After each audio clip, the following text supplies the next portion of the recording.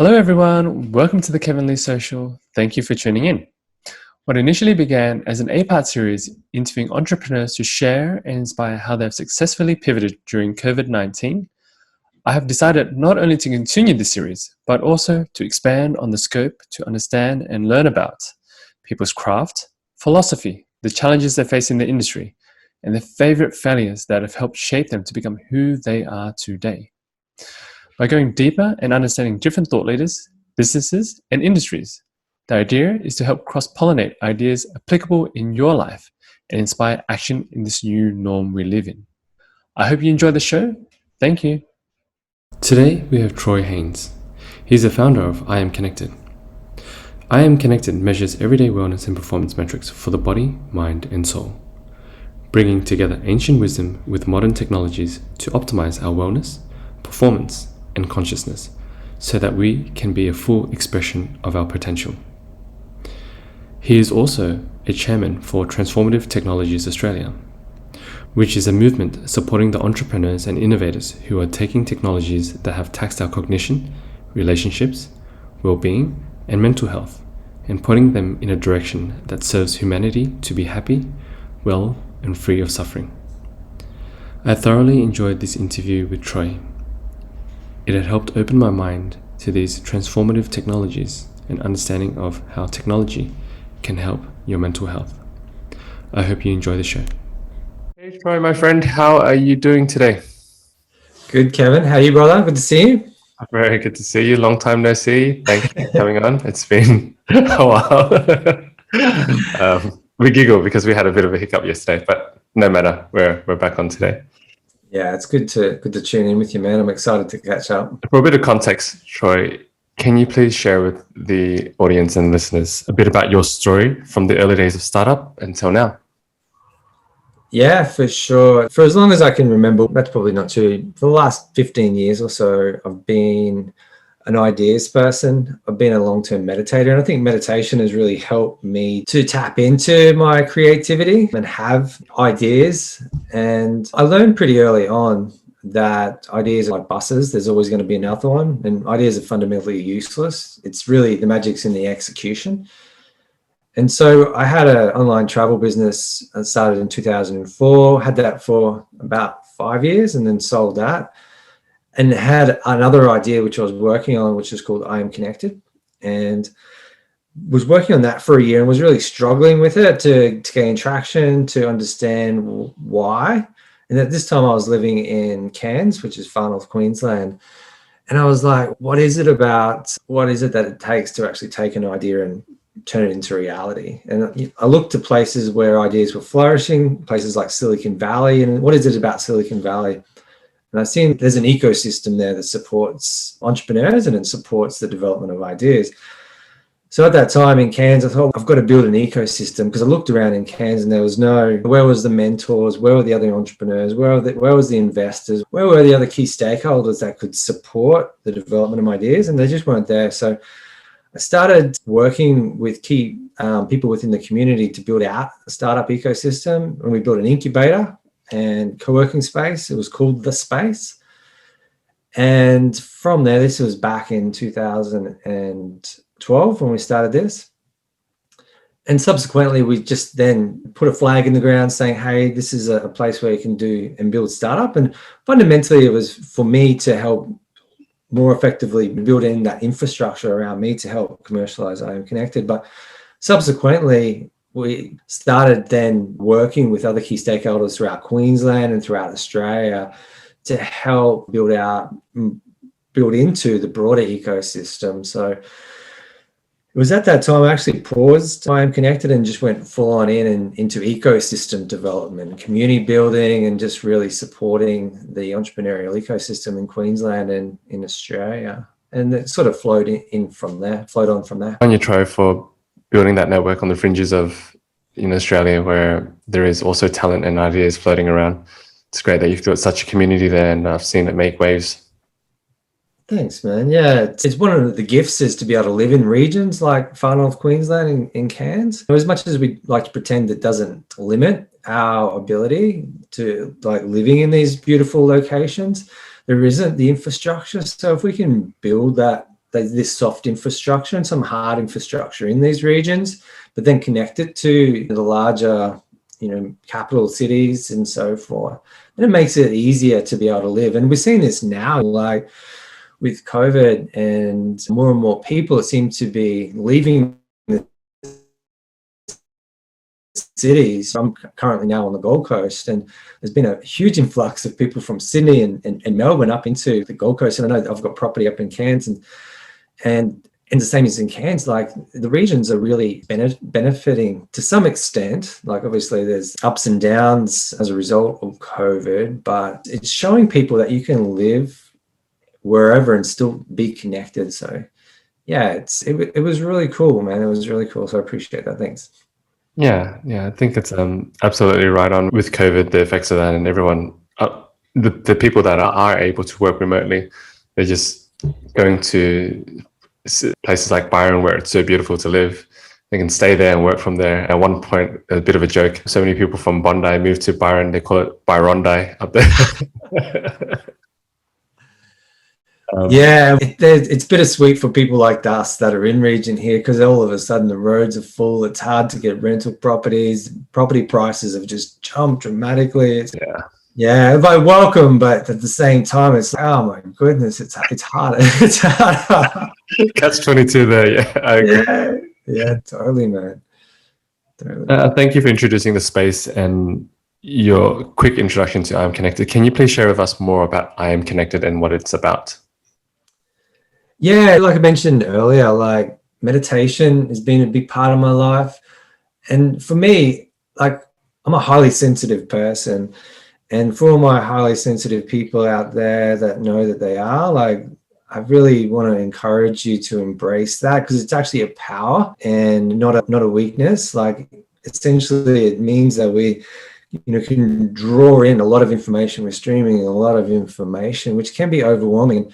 For me, that overwhelm, it was crushing me when I was younger. Like I felt the weight. I suffered a lot because I hadn't been taught how to have that power. It's like an X-Men power, I reckon, but how to actually have that sensitivity without being overwhelmed by it. So I've seen all the places in my life where I started shutting down, and people would say, hey, you're shy, you're introverted, and put all these labels on me. And really, to a significant extent, I wasn't really coping that. Meditation really helped me to identify with, to be able to observe the data or observe what was actually being streamed into me, disidentify with that mind-made concept of self, and actually manage and cope. And from that, ideas and so forth would bubble up. So iAMconnected really became this, like a movement.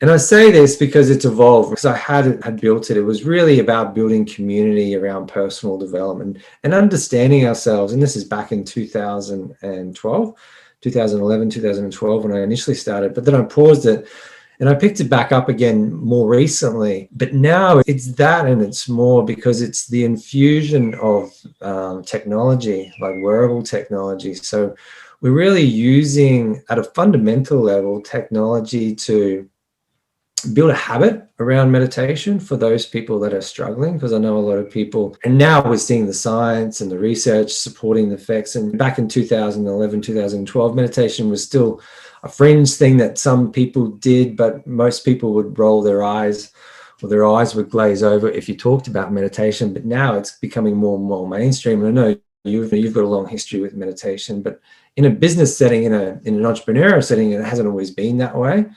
And so now we're really using technology to help teach people meditation and build habit around meditation. And we can talk more about that and transformative technologies. And then also optimizing sleep as well. And we're looking at it from the lens of well-being and performance. And it's not just for like highly sensitive people. I guess that's what brought me into this. This is really just for anybody that's looking at greater well-being and greater performance. And we're looking at key well-being and performance indicators, metrics. And so sleep is a key part of it, and all the different aspects of sleep. Meditation, being able to regulate our waking state, getting ourselves out of that stress state and down into more flow states.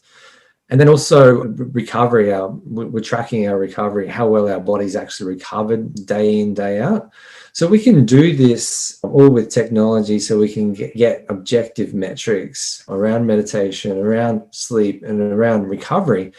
And so that we can support people to build habits, positive habits around accessing greater levels of well-being and performance based on these key metrics that we're able to capture objective data and match that against subjective data, so that day in, day out, we can just work towards measuring and optimizing our well-being and performance. And so we're building community around that as well, because that's my background as well. Thank you for sharing in detail, Troy.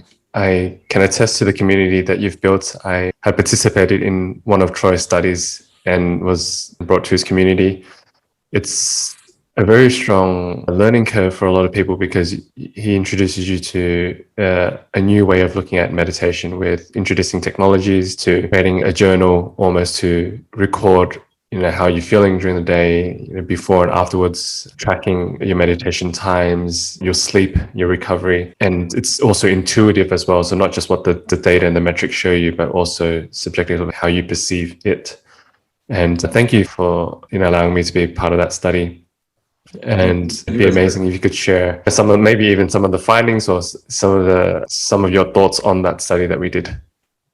Yeah, for sure. So underlying all that, and man, it was so awesome to have you as part of that. And it's interesting to see like how your years of experience in meditation, you can see that. You can see that in your meditation data, and you are definitely one of the standout meditators. I'm excited to continue to, learn from you and have you involved in the community. So thank you, man. Thank you, Troy. Appreciate it. Thanks.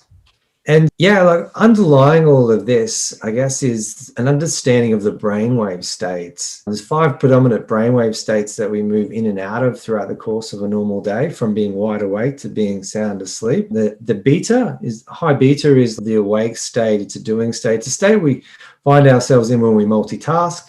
But when we're multitasking, often our attention gets fractionated. When our attention gets fractionated, we tend to find ourselves more predisposed to stress, anxiety, overwhelm. And it's that state we find ourselves in when we're just spinning on the spot, not really being effective because our attention's all over the place. And modern living is forcing us more and more into this state. And then from there, we go down into alpha, which is more of a flow-like state, theta, and delta. And going down into a sleep cycle, like delta is your deep dreamless sleep. And then your REM sort of sleep is happening around like really low beta, alpha.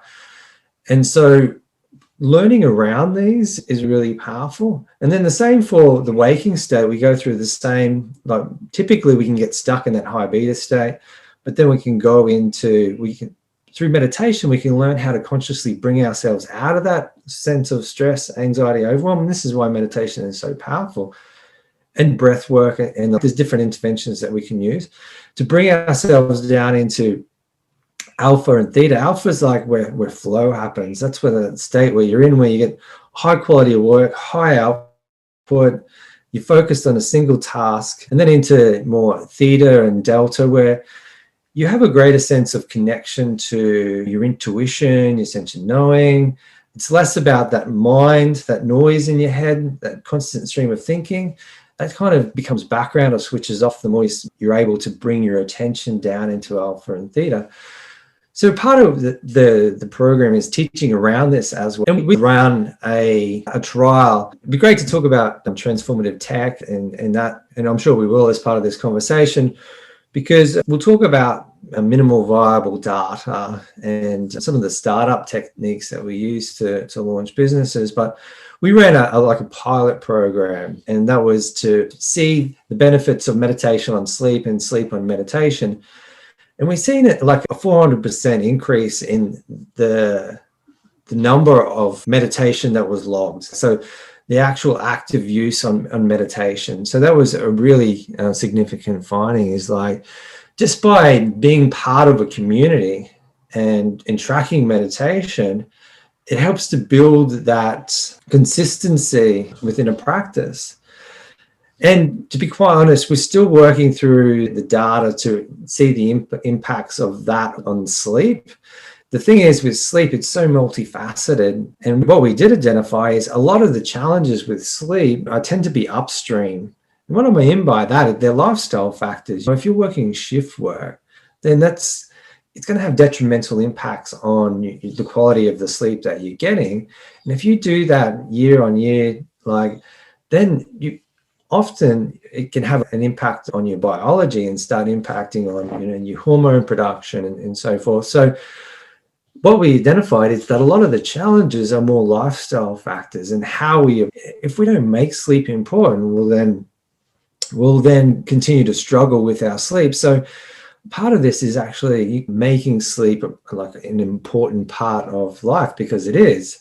And we can do like basic sleep hygiene and so forth. And a lot of these things that we did really helped to indicate where there were deeper challenges within individuals and their approach to sleep.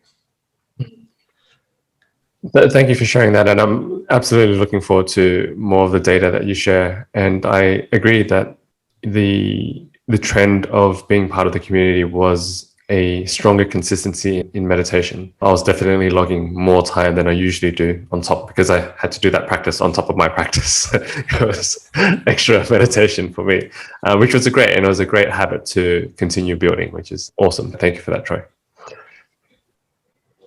And next, as we've mentioned a bit here and there, I'd like to segue into more of transformative technologies. Can you share with us a bit more about that? Yeah, for sure. So as part of having the incubator and working in the startup space and building ecosystems and supporting other regions around Queensland and Australia to build out their ecosystems, it was about 3 years ago, I was introduced to, actually I read Stealing Fire. I'm not sure if you read it, Stephen Kotler's and J.B. Wheel's book. One of my favorite books. It's seriously, I could not put it down. Yeah, it's very cool. And for anybody watching this or listening to this, check it out if you haven't. It really inspired me because it really was a culmination of a lot of the thinking that I had at the time. And so I reached out to Mikey Siegel and I reached out to, I think, Jamie Wheel as well. But anyway, I got into conversation with Mikey Siegel. He connected me to Nicole Bradford. Mikey Siegel, Jeffrey Martin, Nicole Bradford, they started this movement probably about 2015, I think, 2014, called Transformative Technology. And it's applying technology to our humanness, to our evolution. And because as a meditator and as like an entrepreneur constantly striving for performance day in, day out, I find myself sitting in front of a computer and it's easy to get frazzled. It's easy to get lost in the digital world. And we've got these phones that are built with these addictive qualities that constantly stealing our attention. It's easy to feel that technology is causing more damage than good.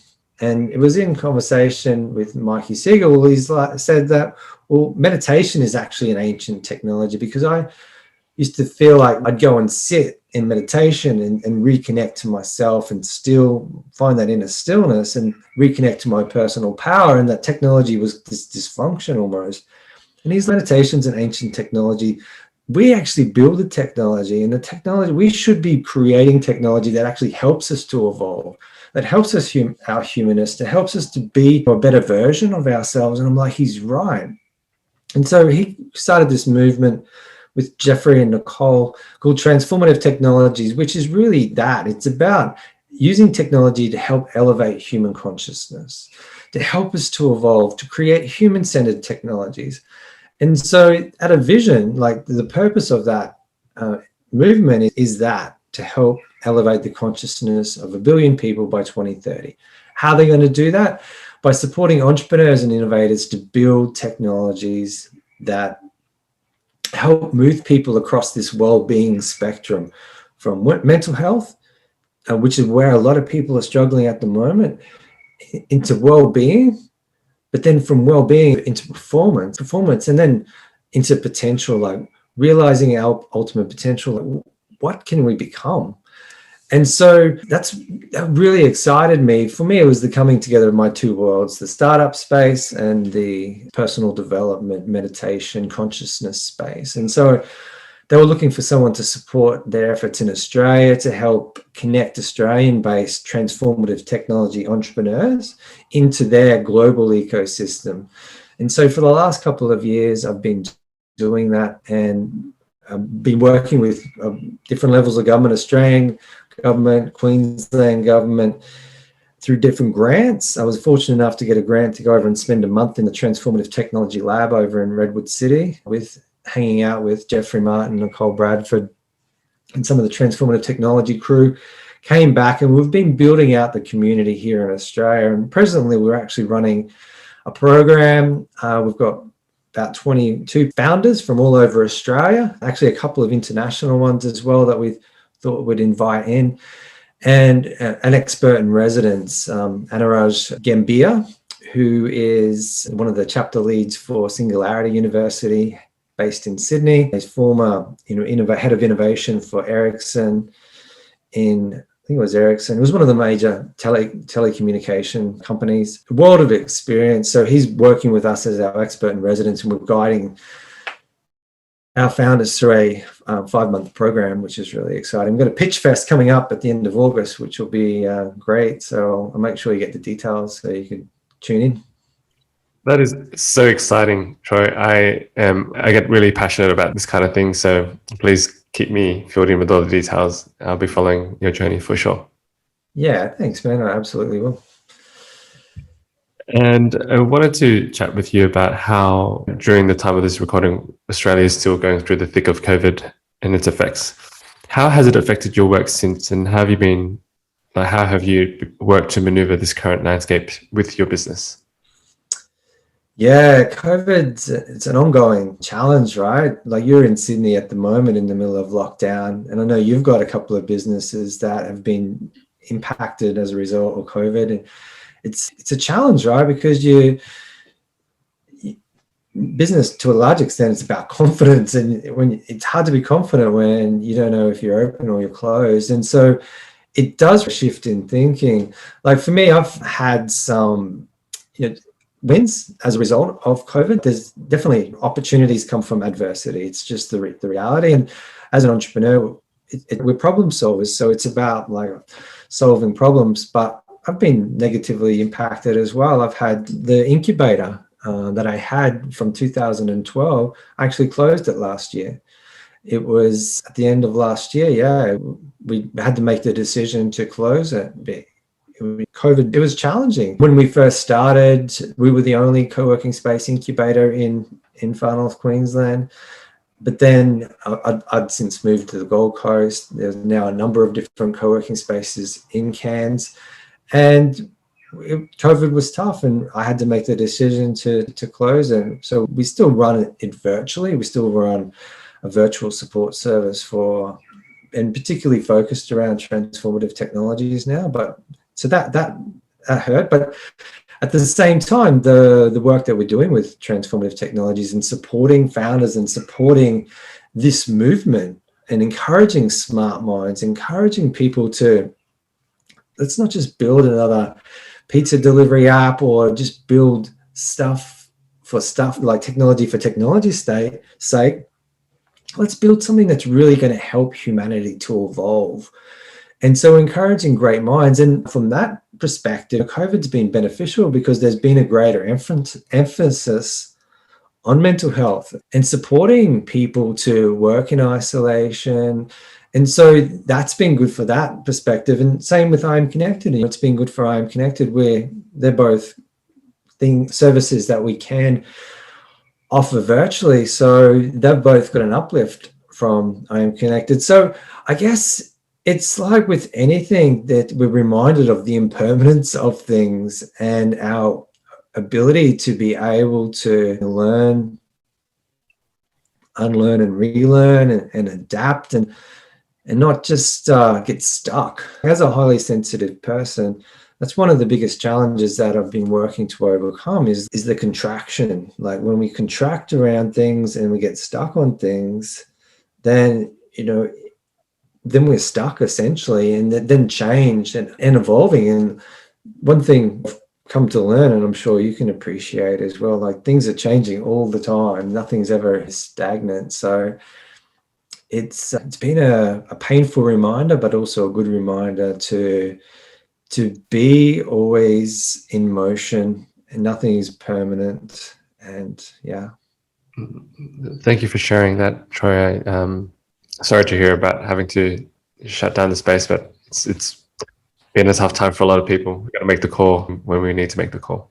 And that's the thing, man. It's being having the courage to make the call and just know when to make it. And I probably left it longer than I had to, but there's emotional ties there. But yeah. Absolutely. This is going back a little bit further into your journey. What would you say was a pivotal scene in your life that from that moment on had changed your trajectory entirely? So thinking of your life as, say, like a movie, and in movies there are certain pivotal scenes where because of that one scene, there was a shift in that character's journey. What do you think that pivotal scene was for you? Yeah, I've always been a seeker. Like, I've always wanted to know, like, the why, answer that question. Why are we here? What are we part of? Why do we do the things that we do? And so I've always been audible mad, just like consuming audiobooks. I tend to listen better than I read, and done a lot of personal development stuff as well. As a founder, I feel like a business will only grow as much as the founder will let it. So really, like, it's such an important thing to be constantly growing ourselves and constantly in evolution. And if I was to answer that question honestly, man, I've done a lot of courses, read a lot of books, I've done a lot of healing stuff, different modalities, like I've been meditating for a long time. And I want to say meditation, like meditation has been such a powerful day-to-day influence in my life. Because for me, it is that disidentification with that mind-made, the conditioning, everything the world's told me that I am. I'm able to, and that's the gift of meditation, to disidentify, to create a separation from that and dwell in this stillness, dwell in the intelligence of the body, dwell in the intelligence, the supreme intelligence that's all around us, that's guiding us, dwell in that and connect to that. And that is really powerful. But if I was to answer your question, honestly, it would be a psychedelic experience that I had using 5-MeO, where it's a really powerful ethnogen, and it helped to really answer those big questions that I was asking. Why, and why are we here, and what are we part of? And that answering that question was really like, yeah, that was the scene. That was the moment that you asked me for. If I was to be honest, that's what it would be. Awesome. And I'm not sure if you could share a bit more details about that experience. Was it, or just to draw up a descriptive scene of what was going through the mind at that point of journey? Yeah, for anybody that's out there listening to this, it's not something that you want to approach just like flamboyantly. They're really powerful, and I call them medicines. There is a growing like renaissance around psychedelics, and they need to be treated with respect, and really making sure that you're in a safe environment and you're in a good mind setting, good mindset and a good setting. I was in the US when I was in the US, and essentially I had some familiarity with it. I was with a shaman. I'd done other journeys previously, but essentially it's a really fast acting ethnogen that's vaporized. It's actually the venom extracted from the Bufo-alvarius. It's a Sonoran desert toad, and you smoke it, you're in a vaporizer, and it's the veil of the mind gets stripped away, like the delusion that the mind creates, the conditioning of reality, and it's that gets stripped away, and you can see behind the scenes at the fabric of consciousness itself. And for me, I've had a couple of journeys with it now, and the first couple of journeys were really just opening that door, going, wow, this is God, and I am this. Like that was it showed me where And it was like, wow, that we're living so limited in our existence, in our conditioned realities, because we're all powerful. It's just like supreme intelligence. It's like the word God breaks down. It pales in, we use that as a pointer, but it's beyond the mind's understanding, comprehension to a significant extent. It's kind of like, I likened it to, we use the term infinity, but there's a point where infinity breaks down. If we think about like going from zero in a negative direction to infinity, or every direction, any direction to infinity, there comes a point where we can't actually comprehend what infinity is. It breaks down like ongoing ever. And it's like experiencing yourself as that.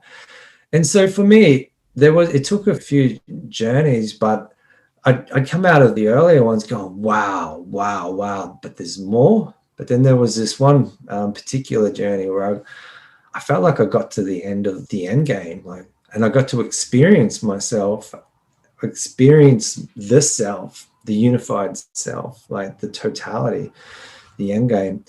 And it was incredible. But then it's like coming back and then knowing we are that. Like, then you come back here into the day-to-day reality of having to get up and go to the gym and have breakfast and go to work and do all that. And what's the point?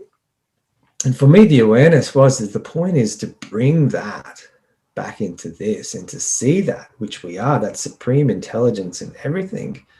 And you just look at nature and you like the manifestation of it everywhere. Everything's so, the science and the beauty in nature is just like expressing itself in every different way imaginable. It's just, yeah, incredible. So for me, it's like seeing that and applying that. And there's a lot of work for me to do, but how do I apply that and see that in all that I do and all that I create, and how do I help inspire that in others?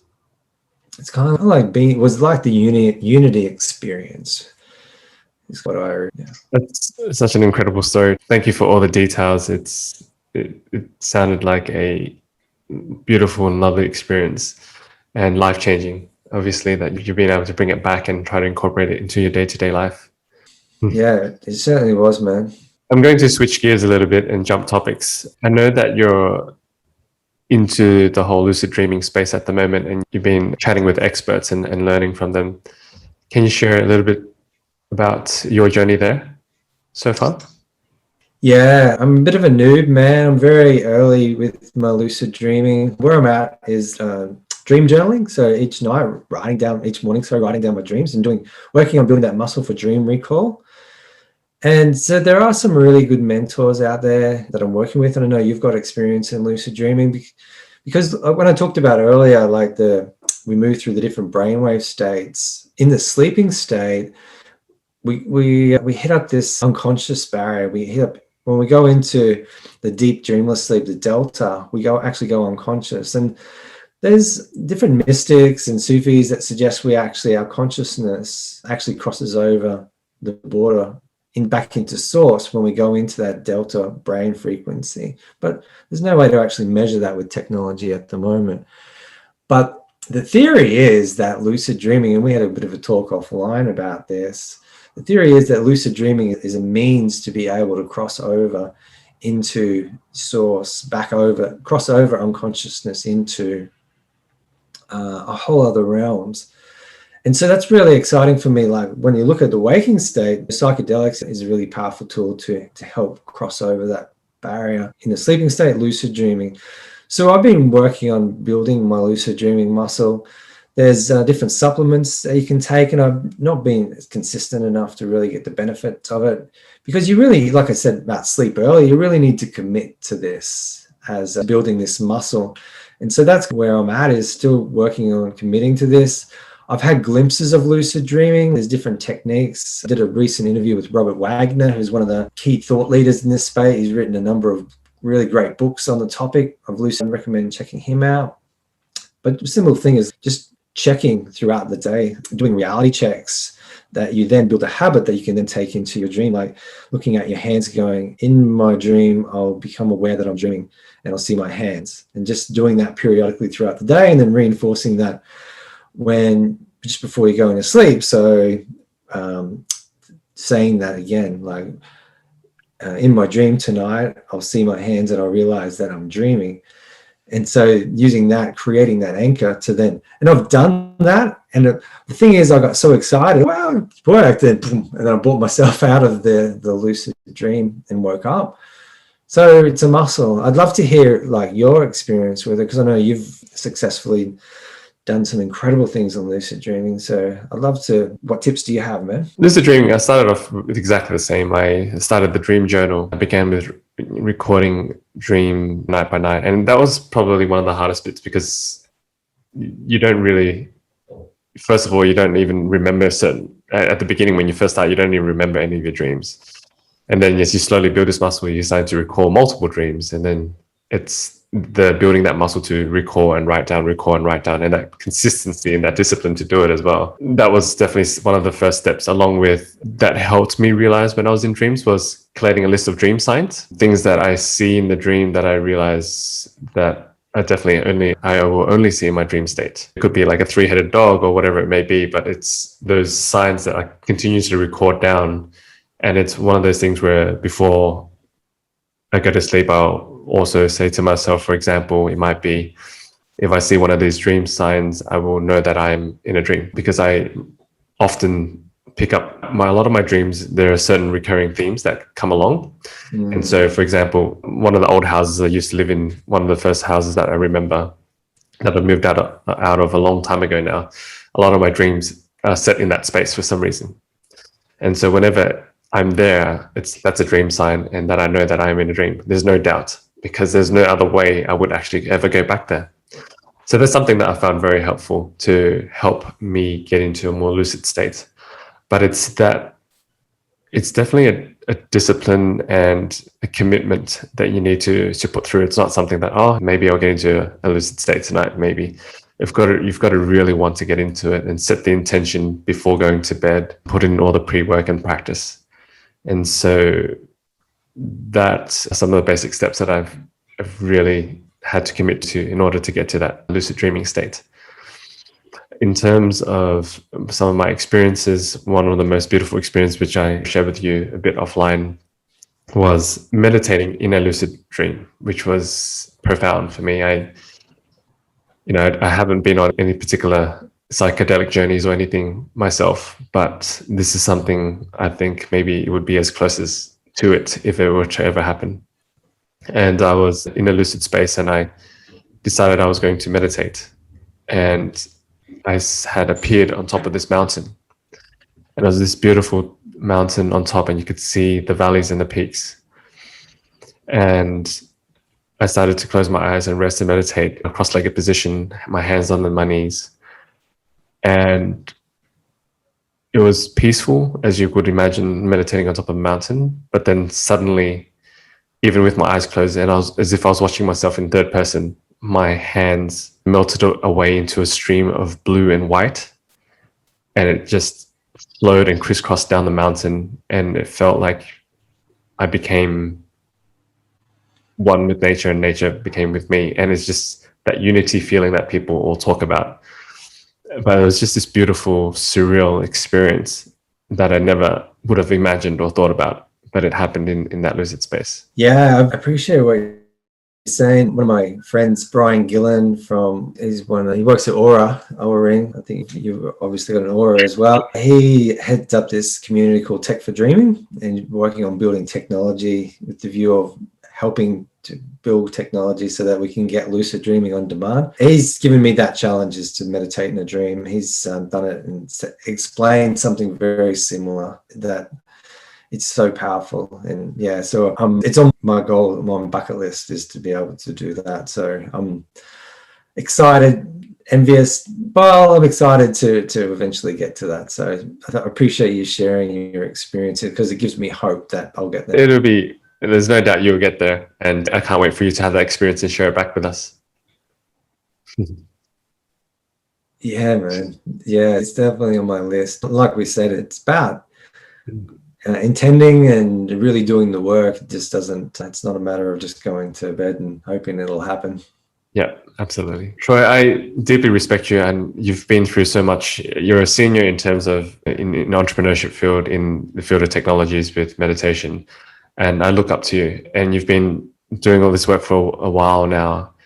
Is there certain lessons you would pick out that you could share with us, of your journey thus far? I know it's a big question. You could just pick one or two things that you think would benefit us to go moving this journey forward.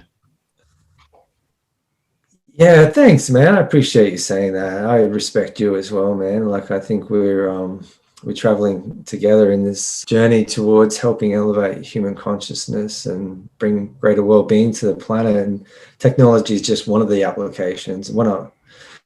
There's plenty others. Meditation's a great tool. So I feel like I touched on it earlier. Like it's a different way to live when you get to wake up and do what you're born to do. So I want to encourage people to, like, meditation is really the tool that helped me tune into myself more than anything, and then tune into that intuition, that instinct, that sense of, oh, this is who I am.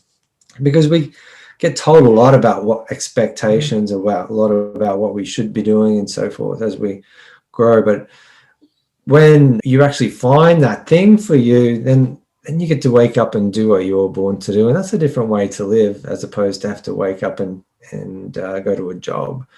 And so I want to encourage people to reach for that.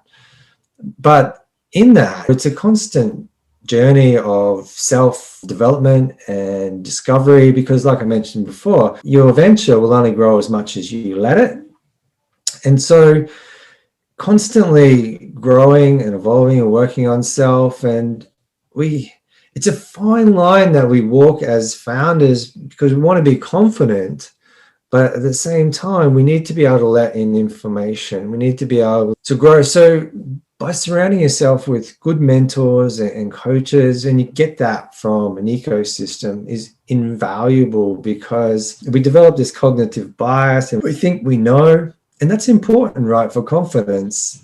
So that's why having coaches and mentors that you can trust, where you can be vulnerable with and bounce ideas off and learn from, is invaluable as well. So I guess there's three things there. That's doing what you can to find what it is that you love. For me, meditation was a really powerful tool that helped me to get to that. And then having the courage then to follow that intuition. And that's a challenge in itself. Like for me, I found myself in a life, I created this life based on what I was expected to do in a relationship, in a job, in a life essentially, that I then had to unpick, because I was there and I needed to be over here to honor myself, my purpose. And so that's a journey, but having the courage to do that, and then continuing to work on yourself, but then surrounding by yourself with other,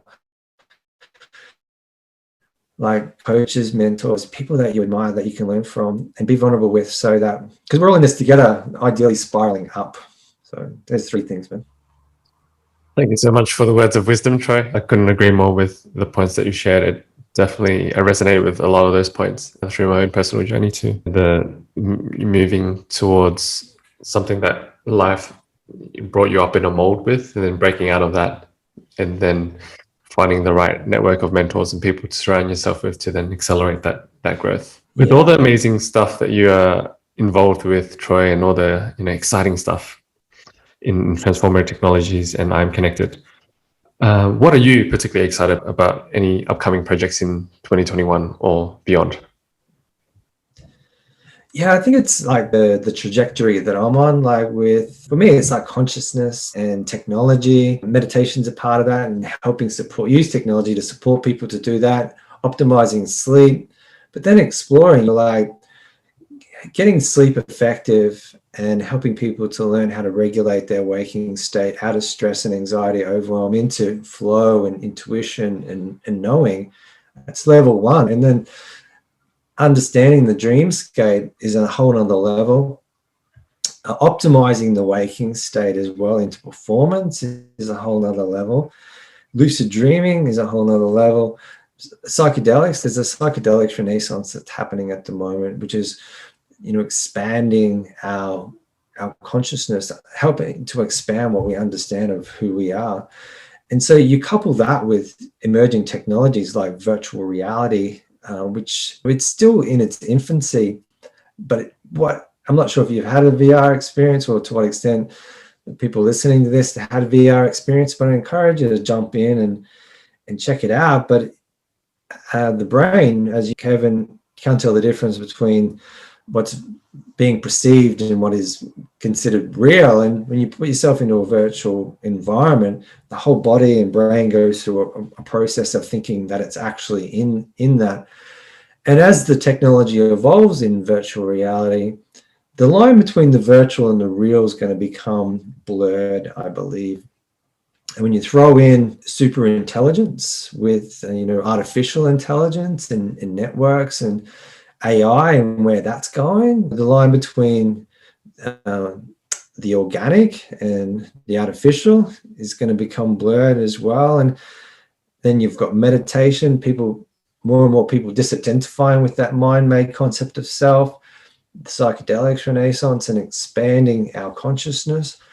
Like, there's this convergence point that's coming, I believe, where what it means to be human is just going to, what it means to be here is just going to evolve in ways that we probably can't even imagine now.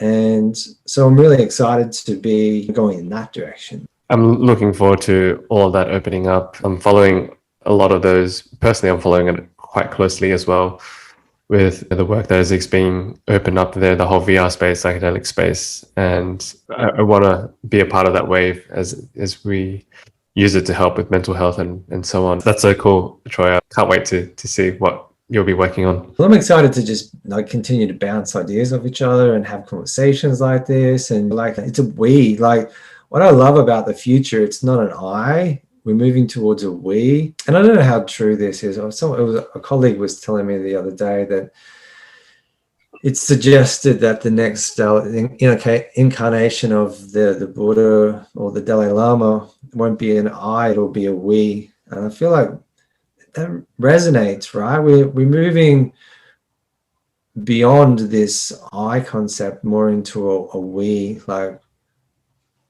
we are essentially one consciousness in very different, in different reflections of the one consciousness. And I'm excited to just continue to riff with you, man, and explore and share, and it's through that we'll all learn and grow from each other. For sure, buddy. I wanted to touch on optimization of sleep or strength or training for that matter. You seem like a super fit guy, Troy. I don't know if you want to share a few tips on or what kind of routines you have in terms of your training or sleep optimization. You could share a bit about that. Yeah, for sure. I'm not actually a personal trainer, but I've been training for myself. And I've done a few body sculpting competitions and so forth. And for me, it's like habit formation. A game changer was meal prep was one. Just for me now, I've got a habit where I prep 3 days of meals on a Sunday. And so then I don't have to think about food. And it's about, that creates efficiency during my week. So Sunday gives me to Wednesday night. Last night, we're on Thursday morning now, I did a meal prep again, which will get me to Saturday. And then I'll have a cheat meal Saturday night, which is something I look forward to. And then Sunday I'll fast. And so this is like a habit that I've got now. And I feel like our habits really help to create, define who we are. And for me now, that as a habit helps me to keep my body fine-tuned pretty easily. I train 5 days a week typically. I use functional training, and that's relatively new. I used to use traditional static weights and push weights, but now I've moved more to functional training, which I find activates a lot more of the micro muscles, core strength, and really just helps me feel better in my body, gives me more flexibility. So that's really powerful.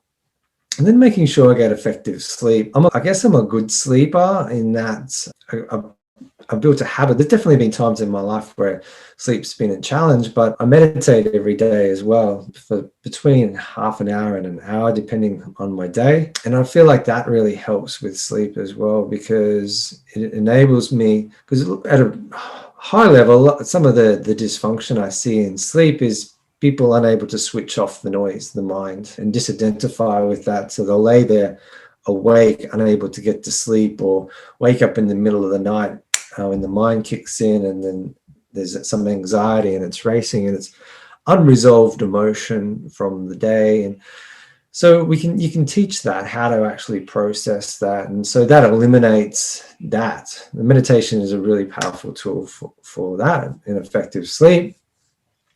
Then there's like more hormone imbalance that can be caused from being in a negative pattern of, not managing stress throughout the day, not managing workload throughout the day, then having to take, your work home and then working late into the night, and not sleeping well, and then waking up tired, and then using stimulants, and then not being effective during the day because we're distracted and interrupted. And then it creates this really negative cycle around sleep and waking. And then that can have that long term can have a negative impact on our circadian rhythm and our hormone production. So there's different interventions that we can use to do that. And sometimes, like I talked about before, and this is where iAMconnected comes in, and we just need to start measuring, and then we can start putting in different interventions to help bring it back into an equilibrium. And then from there, we can start optimizing and help people build. And like I said earlier, it's upstream, build effective habits, lifestyle habits, so that, because the body is constantly trying to get us back into equilibrium, the mind and its conditioning doesn't always agree with that. It's kind of, they can be in conflict. And so it's a matter of working towards resolving that internal conflict and helping to put us back into a flow. And it's not always seamless. Like we talked about earlier, we had a bit of a hiccup yesterday, but that's part of experimentation, learning. Yeah. Thanks for the recommendations, Troy, and sharing with us your routine. And there's a lot of gold there for people to look into, building a baseline. You've got to build that baseline before you can optimize it, which is really important. A lot of people just try doing this and that, but you can't really measure what's actually happening if you don't actually take down what's going on. Yeah, you don't know what's working and what's not working unless you're measuring. Yeah. Troy, do you have a favorite reading material that you're ingesting at the moment that you could share? It might be a book that you've recently read, or something that a past favorite of yours, or it could be an article, or it could be a podcast, whatever shape or form of that media may be.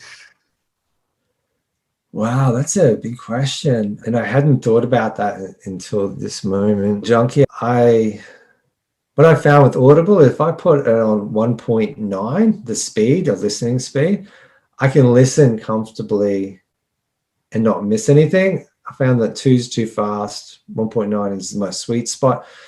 So I can consume like a 6-hour book in 3 hours, which is, it's a relatively short drive, and then you've consumed this whole book. And so there's been so many books that I've been going through. Some of my recent favorites, Immortality Key was really cool by, I think it's Brian. I can't recall his last name. So that was really, sorry? All right, well, I'll look it up and put it in the show notes. Yeah, that was really cool. And I love Yuval Noah Harari stuff, Sapiens, Homo Deus, 21 Lessons for the 21st Century, because it's like brief history of time, a brief history of tomorrow. And he's a really sharp character.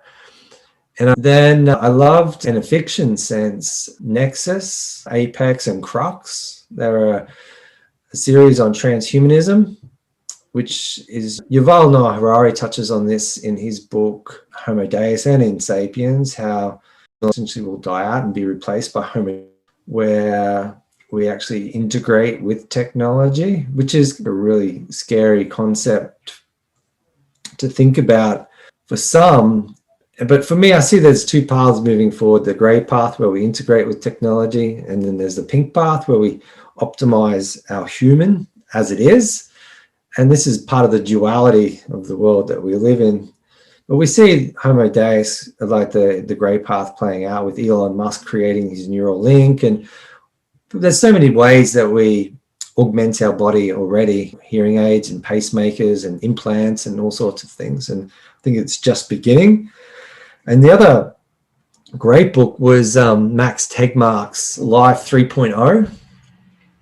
And he breaks down into, it's been a while since I read it, but it was like life at 1.0 was like single-celled organisms. They couldn't augment their software or their hardware. Then there was life 2.0 where they could augment or change their software but not their hardware. And then we're moving to life 3.0 where we can augment and change our software. And we're at the moment, we're an example of life 2.0 and moving into life 3.0. But so we can change our internal, like our programming, our mind, our brain. Brain's got neuroplasticity. So we can change our software. Bacteria is an example of a life 1.0. And we're an example of life 2.0. Life 3.0 is where we can augment our hardware and our software, and as we continue to evolve. So there's a bunch of great books. I struggle to remember the gentleman's name, sorry, from Nexus and that series, that trilogy, but it's really good, really easy to read. It's great. It's based on science, but it is fiction. But there's a bunch of books I'd highly recommend. Great. Thank you so much, Troy. I don't get into fiction enough, so thank you for those recommendations. I'll spend some time looking into it and probably get it on Audible as well. Big fan of Audible too. Yeah, 1.9 is a good speed, man. I guess we all got our baselines, but I feel like that's a good speed to actually move through them pretty quick. Yeah, for sure. Moving towards the tail end of our interview, to one of my favorite questions. Are there any new beliefs or behaviors that have had a positive impact in your life in the recent years? Yeah, that's really cool, man. I was actually at the gym this morning reflecting on this. And that is, I think the big one is that I'm not my thoughts. Like, it's easy to contract around the thoughts and then ruminate on them and get into mind loops around them. But meditation has shown me that I have space from them and you can just hold them lightly and let them go. So that would be one, that I'm not my thoughts. And I feel like none of us are our thoughts, but it's our own journey to figure that out.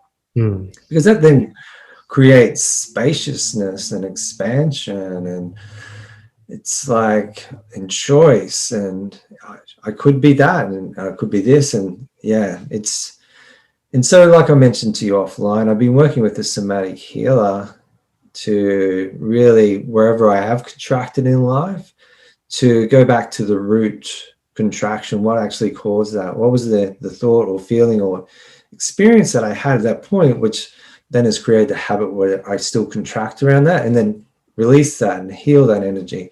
Blaze Kennedy, I just give a quick shout out to him. He's a really cool somatic healer, and I think he's an up and coming someone to really check out. So Blaze Kennedy is in Canada. And so the other one is, ultimately, I'm not in control. Like, it's a matter of waking up each day and going, how can I serve? And there's moments where I feel like I try to control the circumstance, and it's in that where life can really make it hard and I can struggle and suffer. But then it's a matter of surrendering. And it's not like a passive surrendering. It's like a letting go and just being an allowance. But in that, it's an opportunity to reflect from that spaciousness around, all right, what do I need to change, or how do I need to look at things differently? And yeah, I think it's quite naive of us to feel like that we have, like, with all the supreme intelligence, that we actually are in control, that we have an influence. So really handing over that sense of control, and really just then I think we gain a power in actual surrender. So I'm not my thoughts and I'm not in control. Two of the big ones, man. Very wise and powerful lines. A lot to ruminate on that for those two. They sound quite simple as you mention it, but there's a lot more to it in grasping it and understanding and applying it in your own life. Yeah. And that's where tools like meditation can help, and working with healers and psychedelics in a safe environment. And Second last question. If you could only send one single line of SMS text to yourself 5 years ago, what would it be? It would be keep going, because there's definitely some days where you're not winning. You don't feel like you're winning, and you just wonder if you ever will. And so it would be that. It would be just keep going. Yeah. Tenacity is a beautiful quality. Not ignorance in tenacity, but tenacity to the ability to just pick yourself up if you've had a bad day, reflect, and keep going. Yeah. Finally, Troy, how could people reach out or learn more about you? Yeah, awesome, man. Anyone wants to connect around any of what is interested in anything we discussed, my best email is troy@iamconnected.com. Mention this podcast just to help create some context. That would be awesome. And then my website is iamconnected.com. That's where you can find out a little bit more information. It's constantly evolving as well. But yeah, that's the best way to get hold of me, man. Awesome, brother. Thank you so much for your valuable time and information and wisdom that you share with us. It has been amazing. I've learned so much, and I am always learning from you, brother. I am sure the others will continue to explore what you've said and ruminate on deeper thoughts. So thank you for that. Thanks, dude. And I look forward to getting some meditations set up with you guiding my community. Because you blow me away, man, with your meditations, your meditation practice. So I look forward to having you do some more guided meditations for us. Thank you, brother. We'll chat soon more about it. Take care. Awesome. Thanks, man. Thanks for tuning in, everyone. I hope you enjoyed the show. All the links to the show notes will be available at kevinleesocial.com, spelled KEVINLY. Conversely, if you have any interviews that you'd love to recommend, please send it over to kevinleesocial@gmail.com. I'd love to connect. Thank you. Until the next episode.